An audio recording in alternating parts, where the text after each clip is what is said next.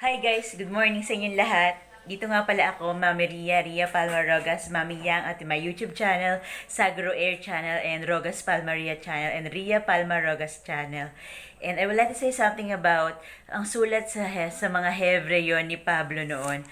So, nagsabi rito sa Hebreo chapter 1 verse 1, noong una nagsalita ang Diyos sa ating mga ninuno sa iba't ibang panahon at sa iba't ibang paraan sa pamamagitan ng mga propeta.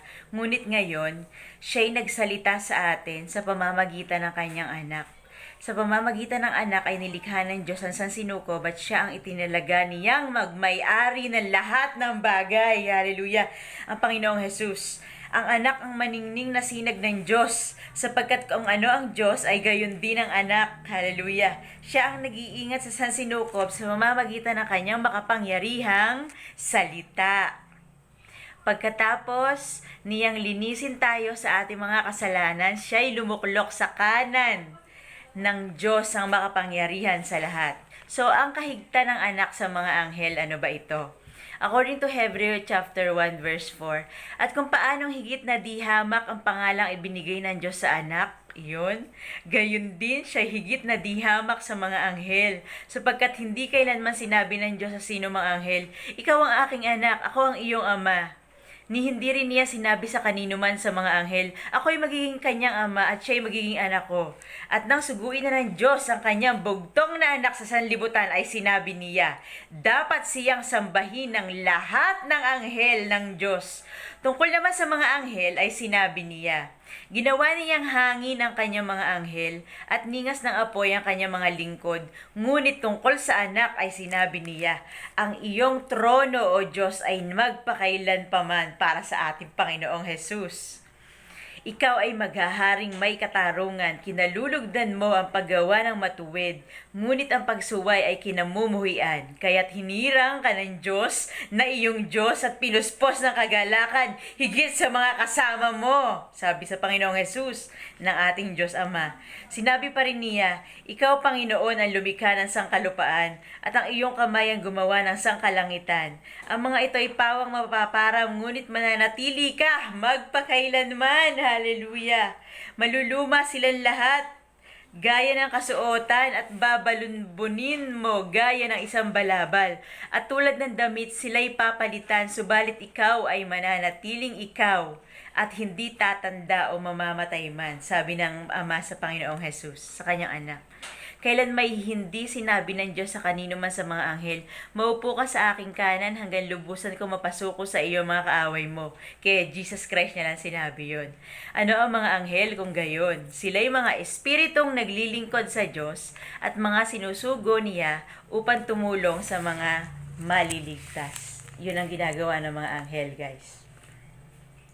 So, according to chapter 2 ng Hebreo, ano ang napakadakilang kaligtasan? Ano ba ito, guys? Sabi sa verse 1, kaya nga dapat natin panghawakang mabuti ang mga katotohanang narinig natin upang hindi tayo maligaw. Hallelujah! Ang salitang ipinahayag ng mga anghel ay napatunayang totoo. At ang bawat sumuway o lumabag dito ay tumanggap ng kaukulang parusa. Gayon din naman, hindi tayo makaiiwas sa parusa kapag hindi natin pinahalagahan ang kaligtasang ito na napakadakila. Ang Panginoon ang unang nagpahayag ng kaligtasang ito at ang mga nakarinig sa Kanya ang nagpatunay sa atin na ito'y totoo. Pinatunayan din ito ng Diyos sa pamamagitan ng mga tanda at iba't ibang himala at sa pamamagitan ng mga kaloob ng Espiritu Santo na ipinamahagi niya ayon sa Kanyang kalooban. Ang tagapanguna sa kaligtasan, chapter 2 verse 5, hindi sa mga anghel ipinailalim ng Diyos ang sanlibutan na nooy kanyang lilikhain. Tama. Ang sanlibutan ang tinutukoy namin. Sa halip ay ganito ang patunay na isang bahagi ng kasulatan. Ano ang tao upang siya iyong alalahanin o ang anak ng tao upang iyong pangalagaan? Sandaling panahong siya'y pinababa mo kaysa mga anghel, ngunit pinagkalooban mo siya ng kadakilaan at karangalang marapat sa isang hari. At ipinailalim mo sa kanyang kapangyarihan ang lahat ng bagay, ang Panginoong Jesus. Nang ipailalim ng Diyos ang lahat ng bagay sa kapangyarihan ng tao, walang bagay na di pinailalim sa Kanya. Sa kasalukuyan, hindi pa natin nakikitang napapailalim sa Kanyang kapangyarihan ang lahat ng bagay. Subalit alam natin si Jesus, Bagamat sandaling panahong pinababa kaysa mga anghel, ay binigyan ng karangalan at kadakilaan dahil sa kanyang pagkamatay. Dahil sa pag-ibig ng Diyos, niloob niya na si Jesus ay namamatay para sa ating lahat. Sa pamamagitan ng mga pagtitiis, siya'y pinapaging ganap ng Diyos na lumikha at nangangalaga ng lahat ng bagay upang makapagdala ng marami sa kaluwalhatian. Marapat lamang na gawin niya iyon sapagkat si Jesus ang pinagmumula ng kanilang kaligtasan. Si Jesus ang nagpapabanal sa kanila at iisa ang Ama na nagpapabanal at nang pinapaghing banal. Kaya't hindi niya kinahiyang tawagin sila mga kapatid. Ganito ang kanyang sinabi, ipapahayag ko sa aking mga kapatid ang iyong pangalan at aawit ako ng papuri sa iyo sa gitna ng kapulungan. Sinabi rin niya, ako'y mananalig sa Diyos. At sabi pa niya, naririto ako at ang mga anak na ibinigay sa akin ng Diyos. Yamang ang mga anak na tinutukoy niya ay tao, naging tao rin si Jesus. Tulad nila, may laman at dugo. Ginawa niya ito upang sa pamamagitan ng kanyang kamatayan ay maigupo niya ang dyablo na siyang may kapangyarihan sa kamatayan. Sa gayon, pinalaya niya ang lahat ng naging alipin habang panahon dahil sa kanilang takot sa kamatayan. Hindi ang mga anghel ang kanyang tinutulungan kundi ang lahi ni Abraham. Kaya't kinakailangang matulad siya sa kanyang mga kapatid sa lahat ng paraan. Sa pagiging tao, guys. Sa gayon, siya'y naging isang dakilang saserdote, mahabagin at tapat, naglilingkod sa Diyos at naghahandog ng hain, si Jesus daw guys, sa ikapagpapatawad ng mga kasalanan ng tao, sapagkat siya may tinukso at nagbata. Kaya ngayon, matutulungan niya ang mga tinutukso tulad natin ng mga tao. So, sabi sa chapter 3, verse 1, higit si Jesus kay Moises ng Hebreo. Mga kapatid sa pananampalataya at kasama sa pagkatawag ng Diyos, alalahanin ninyo si Jesus na sinugo ng Diyos upang maging dakilang saserdote ng ating pananampalataya. Tapat siya sa Diyos na humirang sa Kanya. Gaya rin ni Moises na naging tapat sa sambahayan ng Diyos. Kung paano ang tagapagtayo ng bahay ay higit na marangal, correct, kaysa sa bahay. Gayon din naman higit na kapuri-puri si Jesus kaysa kay Moises. May tagapagtayo ang bawat bahay, ngunit ang Diyos ang lumikha ng lahat ng bagay. Si Moises ay tapat nga sa buong sambahayan ng Diyos, ngunit bilang lingkod upang magpatotoo sa mga bagay na iyahayag sa hinaharap. Subalit si Kristo ay tapat bilang anak na namumuno sa sambahayan ng Diyos at tayo ang kanyang sambahayan kung matibay ang ating pag-asa at hindi natin ito ay kinahihiya. Correct. Ano ang kapahingahan para sa sambahayan ng Diyos? Chapter 3 verse 7, sabi rito ng Hebreo.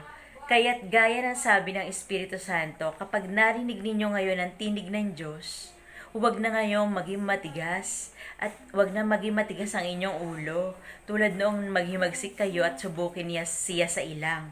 Do'y tinukso ako at sinubok ng inyong mga magulang, sabi ng Diyos, ng Ama. Gayong nakita nila ang mga ginawa ko sa loob ng 40 taon yung mga Israelita noon, guys. Kaya't kinapautan ko ang lahing iyon. Yun. At sinabi ko, lagi silang nagpapakaligaw. Hindi na nila natututuhan ang aking mga daan. Kaya't ang galit sa galit ko'y aking isinumpang hinding-hindi sila makakapasok at makapapahinga sa piling ko, sabi ng Diyos Ama. Mga kapatid, ingatan ninyong huwag sumama ang sinuman sa inyo at mawala ng pananampalataya hanggang sa talikdan ng Diyos, ang Diyos na buhay.